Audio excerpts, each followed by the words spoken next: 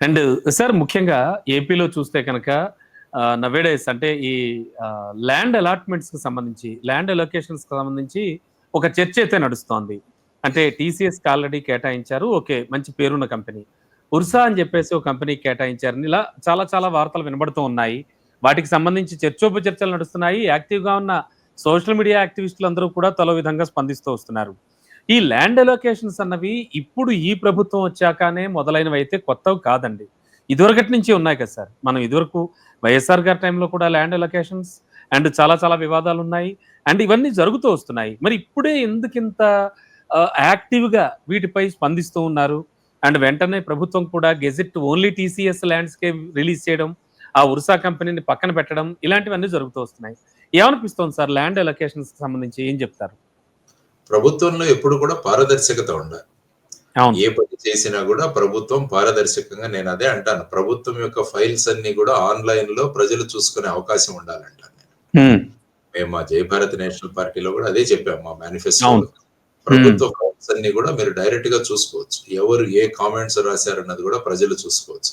అంటే RTI sir RTI ఎప్పుడైతే వచ్చిందో అప్పటి నుంచి కూడా అవైలబిలిటీ బానే ఉన్నట్టుంది కదా సార్? ఇంకా కావాలంటారా? ఆర్‌టీఐ అప్లికేషన్ కూడా ఎందుకు పెట్టాలని నేనంటా. Yes sir. ఏ చట్టం ఓకే. ఎందుకు? మొత్తం ఇన్ఫర్మేషనే మీరు ఓపెన్ సోర్స్‌లో మీరు డాష్‌బోర్డ్‌లో పెట్టేస్తే ప్రతి ఇది ఫైల్‌ను కూడా ప్రతి ఉండదు. ఒక్కరు కూడా చూసుకోవచ్చు. ఏముంది? ప్రభుత్వ యెస్ సార్. ప్రతి నిర్ణయం కూడా పారదర్శకంగా ఉందని చెప్పాలి. ఏదైనా వ్యతిరేకంగా ఎవరైనా కామెంట్ చేస్తే వాళ్ళ మీద కౌంటర్ కామెంట్ చేయకుండా డిస్కషన్‌కి పిలవాలి. రండి అవునండి. చర్చిద్దాం. ఇందులో ఎందుకంటే ప్రభుత్వ భూములు అన్నది పారదర్శకత చాలా ఇంపార్టెంట్. ఎక్కడ అవును. కూడా నెపోటిజం గాని, మనవాళ్ళు, హ్మ్. పరవాళ్ళు అని కాకుండా వీరికైతే ఇంత, వారికైతే ఇంత ఆ విధంగా కాకుండా ఒక యూనిఫార్మ్ సిస్టమ్ అని ఉండాలి. సిస్టమ్‌లో కాకుండా రాగద్వేషాలకు అతీతంగా ఉండాలి సార్. ఎగ్జాక్ట్‌లీ. కరెక్ట్. అంటే హ్మ్. మీరు మంత్రులు గాని, ఎమ్మెల్యేలు గాని వాళ్ళు తీసుకుంటున్న ప్రమాణం ఏదైతే చూస్తే మేము రాగద్వేషాలకు అతీతంగా మేము పనిచేస్తామంటారు. అవునండి. బంధు ప్రీతితో కానీ రాగద్వేషాలు లేకుండా మేము పనిచేస్తామన్నది వాళ్ళ ప్రామిస్ లోనే ఉంటది. వాళ్ళ ప్లెడ్జ్ లోనే ఉంటుంది. ఉంటది. వాళ్ళ ఓత్ అవును. లోనే ఉంటది. సో అవును. ఇవన్నీ కాకుండా ఈ విధంగా ముఖ్యంగా విశాఖపట్నం ప్రాంతంలో టీసీఎస్ కేటాయింపులు, ఆ తర్వాత సార్. ఇంకొక కంపెనీ మొన్ననే ఫార్మ్ అయిన కంపెనీ ఏంటి అర్సనా మీదేదో ఉషా అంటారు. క్లస్టర్ ఆ! కంపెనీ అండి. అవును. సా హ్మ్. అది. సో దాని గురించి కామెంట్స్ వస్తున్నాయి. ఐ థింక్ విజయవాడలో అక్కడ ఇంతకుముందు పూర్వం ఉన్న ఎంపీ గారు కేశినేని నాని గారు దాని గురించి అవునండి. ఆయన ఆయన ట్విట్టర్‌లో ఫేస్‌బుక్‌లో గాని పోస్ట్ చేయడం. పెడుతున్నారు, పోస్ట్ చేస్తున్నారు. కాబట్టి అవును సార్. ఇటువంటి సందర్భాలు నుంచినప్పుడు let us have open discussion ఏముంది దాంట్లో? ఎందుకంటే తప్పులు ఎవరైనా చేస్తుంటారు. అవునండి. ఇంప్రూవ్‌మెంట్ కూడా చేయొచ్చు. మనది ఏదైనా హ్మ్. విషయం తప్పు జరిగిందంటే దాన్ని సరిదిద్దుకోవచ్చు. హ్మ్. ఎప్పుడైనా తప్పుని ఏదైనా మనం సమర్థించబోతే ఇంకో 10 తప్పులు జరుగుతాయి దాంట్లో. సో, ఆ అవునండి. విధమైన ధోరణి ఎప్పుడు కూడా ప్రభుత్వం ఉంచుకోవాలి. ఆ తర్వాత ఈ అలాట్‌మెంట్ పాలిసీ ఏదైతే ఉంటుందో, ఆ తర్వాత హ్మ్. ఎన్ని జాబ్స్ కేటాయిస్తారన్నది కూడా మనం డెఫినిట్‌గా మనం ఇన్సెంటివ్స్ పెట్టి పెట్టుబడులను ఆకర్షించడం అన్నది it is a very important thing. అది అవునండి. జరగాలి. అవును. కానీ జరగాలండి. అవును. అది జరగాలన్న దాంట్లో కూడా ఆ పద్ధతి కూడా పారదర్శకంగా ఉండాలన్నది కూడా ఒక ప్రిన్సిపల్ మనది. యాక్చువల్‌గా యెస్. ప్రిన్సిపల్స్ ఆఫ్ గవర్నెన్స్‌లో కరప్షన్ ఉండకూడదు. తర్వాత పారదర్శకంగా ఉండాలి. నెపోటిజం ఉండకూడదు. ఇవన్నీ కూడా ప్రతి అలొకేషన్ కూడా విత్ రీజనింగ్ ఉండాలి. విత్ స్పీకింగ్ ఆర్డర్ ఉండాలన్నది జనరల్‌గా మాకు గవర్నెన్స్‌లో బోధించే విషయాలు. అవును కాబట్టి సార్. ఇందులో ఏదైనా అవకతవకలు జరిగితే దాన్ని రెక్టిఫై చేయాలి. ఏదైనా మిస్టేక్ జరిగితే దాని మీద యాక్షన్ కూడా తీసుకోవాలి అన్నది మనం ఆలోచించాలి. కానీ ఏమవుతుందంటే ఇవన్నీ జరుగుతున్న కొద్దీ జనరల్ డిస్కషన్ మొదలవుతుంది. ఏపీలో ఇన్వెస్ట్‌మెంట్ చేయాలా వద్దా? అన్న ఒక అవునండి. ధోరణి కూడా మొదలవుతుంది. ఎందుకంటే హ్మ్. ప్రతి విషయంలో కూడా ఈ విధంగా జరుగుతోంది కాబట్టి ఎప్పుడు కూడా ఇన్వెస్ట్‌మెంట్ చేసేవాళ్ళు ఎప్పుడు కూడా ఆ రాష్ట్రంలో శాంతి భద్రతలు బాగున్నాయా? ఆ తర్వాత ఇన్సెంటివ్స్ ఏమన్నా వస్తాయా? మన సేఫ్టీ అండ్ సెక్యూరిటీ బావుంటుందా అని ఆలోచిస్తాం.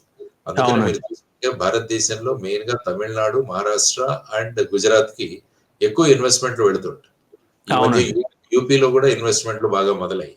బానే సో, అందులో మొదలైంది. అవును. ప్రధానమైన కారణం ఏంటంటే లా అండ్ ఆర్డర్ ఇష్యూస్, తర్వాతొచ్చేసి హ్మ్. పబ్లిక్ పీస్, ఆ హ్మ్. తర్వాత గవర్నమెంట్ నుంచి వస్తున్న స్కీమ్స్, తర్వాత వాళ్ళ ఇచ్చే రాయితీలు వీటి మీద అవునండి. ఆధారపడి సో, కానీ మన రాష్ట్రంలో చూస్తే ఏది జరిగినా కూడా ఏదో ఒక కాంట్రోవర్సీ మొదలవుతది మన దాంట్లో. అవునండి. తర్వాత అవును. ఏంటంటే ముఖ్యంగా అన్ని రాజకీయ పక్షాలు వాళ్ళ సోషల్ మీడియా టీములను చాలా స్ట్రాంగ్‌గా తయారు చేసి పెట్టుకున్నారు. కాబట్టి అవునండి. ఒకటి మొదలైతే ఇక సోషల్ మీడియా మొదలవుతది ఇంక అంతే. వార్.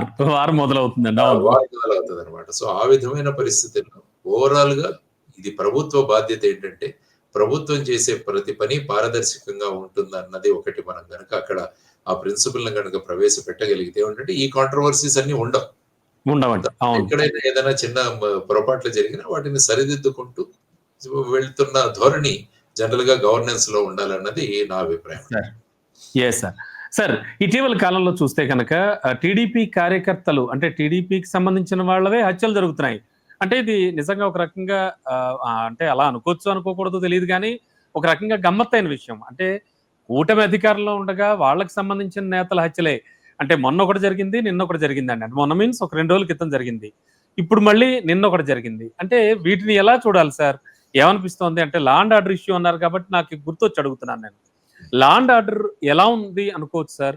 అంటే ఒక మీరు ఎన్నో చూసొచ్చిన వారు. మీకేమనిపిస్తోంది ప్రస్తుతం ఉన్న పరిస్థితుల్లో? యాక్చువల్‌గా ఏంటంటే ఎన్నికల సమయంలో రాజకీయ పార్టీలు ఒకరి మీద ఒకరు ద్వేషాలు, రో మ కోపాలు, తాపాలు అన్నీ ప్రకటించుకుంటారు. కానీ అవునండి. ఎలక్షన్ అయిపోయిన తర్వాత ఏమైపోయిందంటే ప్రజల నిర్ణయం ప్రకటించారు.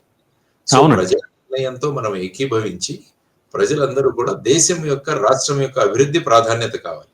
కానీ అవును. ఇక్కడ ముఖ్యంగా ఆంధ్రప్రదేశ్‌లో చూస్తుంటే 24 గంటలు రాజకీయాలే. హ్మ్. ఒకరితో ఒకరితో ద్వేషం, ఈ విధమైన హావభావాలు ముఖ్యంగా వాళ్ళు మాట్లాడే మాటలు ఇవన్నీ కూడా చూస్తుంటే ఇవంతా కూడా డౌన్ ది లైన్ పర్క్యులేట్ అవుతది మీకు.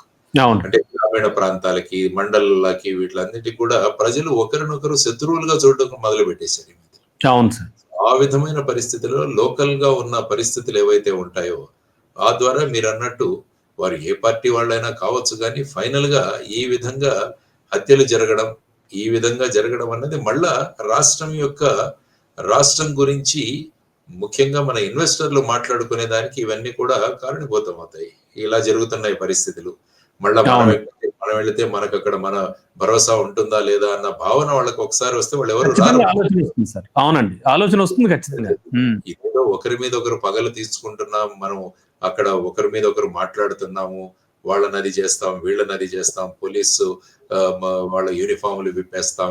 ఇలాంటి హ్మ్. మాటలు మాట్లాడుతుంటే ఏమవుతుందంటే తాత్కాలికంగా ప్లేయింగ్ టు ది గ్యాలరీ బానే ఉంటుంది. అక్కడున్న కార్యకర్తల మనోభావాలు అది చేయడానికి వాడొచ్చు గానీ, దాని ప్రభావం రాష్ట్రం మీద ఎలా ఉంటుందని రాజకీయ నాయకులు ఆలోచించాలి. ఆలోచించాలి. అంటే అవునండి. పోలీసులను దూషించడం ఎప్పటినుంచో ఉంది. అన్ని పార్టీలు చేస్తున్నాయి. నాట్ ఓన్లీ ఇప్పుడు కాదు. అవునండి. హ్మ్. పోలీసులు సంఘ విద్రోహులున్న వాళ్ళున్నారు.